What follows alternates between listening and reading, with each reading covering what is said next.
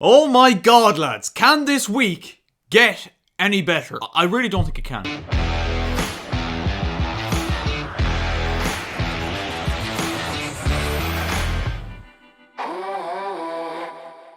Hello guys, how are you getting on? My name is Aaron Kelly and welcome back to another episode of the Premier League Verdict. It has been an unbelievable day, an unbelievable result for Chelsea today in what I guess you could call the dress rehearsal for the Champions League final, and trust me, it still sounds fucking mad that I'm even saying that. Manchester City 1, Chelsea 2 at the Etihad on a day that could have been the day of Man City's coronation, a coronation that really is a long time coming, and it's still coming because Chelsea have gone there and beaten them in their own backyard by 2-1, an unbelievable victory. The two sides had absolutely mental weeks in Europe, and that was the one thing I kind of feared going into today's game, was that it might be struggling for intensity because of the magnitude of the games that took place during the week. And don't get me wrong, for the first 40 odd minutes that was very much the case. There wasn't an awful lot to scream about, to write home about, and it surprised me because both sets of players were consistent of players that didn't really feature in the Champions League during the week. I'm pretty sure Ruben Diaz and Ederson were the only two that started for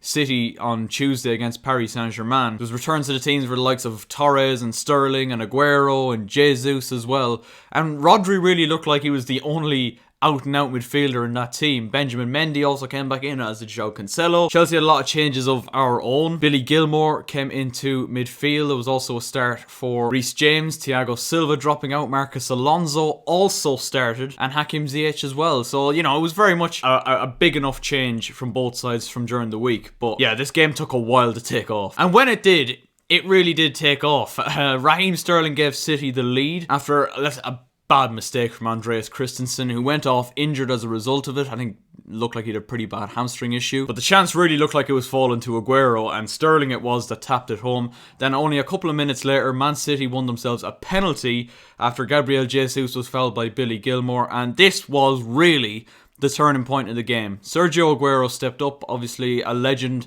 of the Premier League, a legend of Manchester City, quite possibly their greatest ever player. Obviously leaving at the end of the season, got a brilliant goal against Crystal Palace last week, and got a chance to get a goal which might just be, you know, his last at the Etihad. We don't know yet. And it could have also been the goal that set City well on their way to securing the title. Great chance to make it 2-0 just before half-time, and he decided to be a clever prick and dink it down the middle. Edouard Mendy wasn't having any of it. He's just caught it in his hands, and that was the turning point in this game. 100%. Because Chelsea came out a different side in that second half. First to every ball, the intensity was just a lot higher from Chelsea in that second half. We were actually putting City under a significant amount of pressure. The passing was a lot more slick. The tempo was good. And I was going to say that Chelsea were really lacking Mason Mount today. Obviously, I don't know if he was injured or did Thomas Tuchel just give him a rest. Either way, he wasn't even in the squad for Chelsea today. But I felt like we lacked that intensity. And as much as the passing did speed up and get better in the second half, I still never really felt like we were going to score. And this is the most ironic thing about it, right? Me and Josh are sitting down in the sitting room watching the game. I say to him, Chelsea can do all this passing all they like. You know, it's very much sideways and backward stuff. If we keep going like this, we could play for another 2 hours and Chelsea wouldn't score. And what happened from that very attack? Ziyech nicks it off Rodri, gives it out to Pulisic, gives it out to Azpilicueta, he plays it across. Great first touch by Ziyech, sets it up with a half volley, smashes it into the bottom corner past Ederson to draw Chelsea level. And from that moment on, it really was Chelsea that looked to be in the ascendancy. Now, a big moment came in the 88th minute where Manchester City were denied what, looking back on it, probably should have been a stonewall penalty. Raheem Sterling goes down under the challenge from Kurt Zouma. There's not as much contact there as there was for the Billy Gilmour one on Jesus in the first half, but this one is incredibly clumsy by Kurt Zouma, who came in for Christensen at half time. Referee didn't give it, nor did VAR, and in the 92nd minute, Chelsea won the game, and it was Timo Werner who got in behind, plays it across the box, and this is the scabbiest, poorest finish from Marcos Alonso you are ever likely to see. Doesn't matter, in the 96th minute, 92nd minute, on his right peg. I don't know if it was him or Hudson-Odoi who got the touch on it. I think it was given to Marcos Alonso in the end. But that was the goal that got Chelsea the win and moves us up to third in the table after Leicester slipped up against Newcastle last night. And I said in my last video after Chelsea qualified for the Champions League final, we were in pole position for the top four.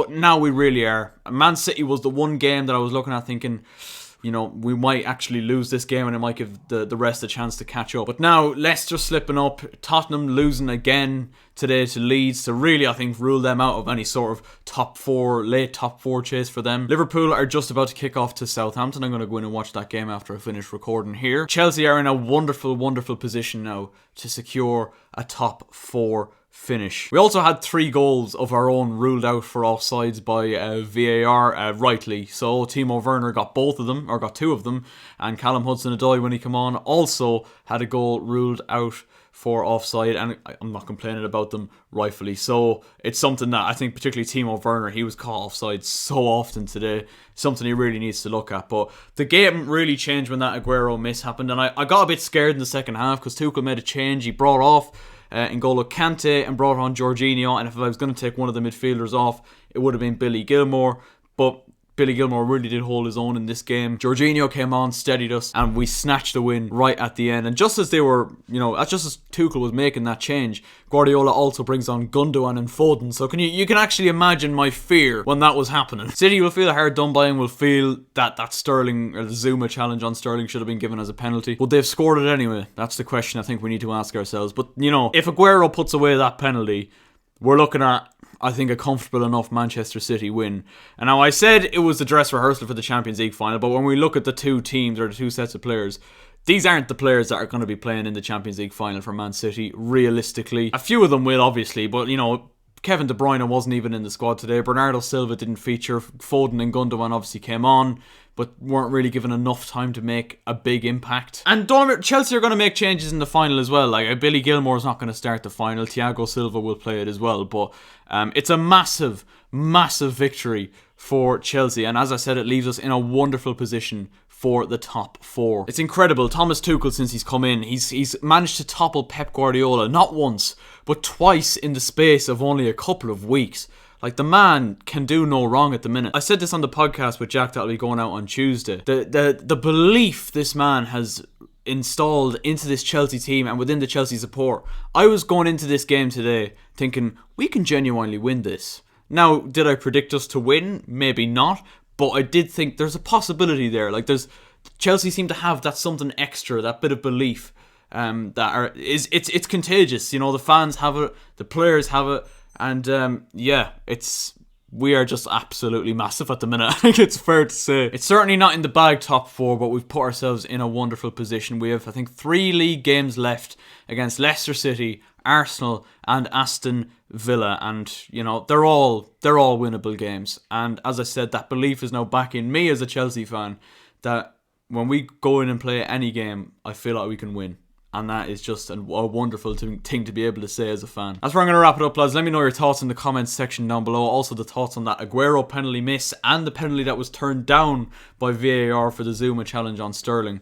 But what a victory for Chelsea. Leave a like if you enjoyed, lads. Subscribe if you're new around here. And we'll catch you next time. Take care and good luck. I've been trying to find a way to make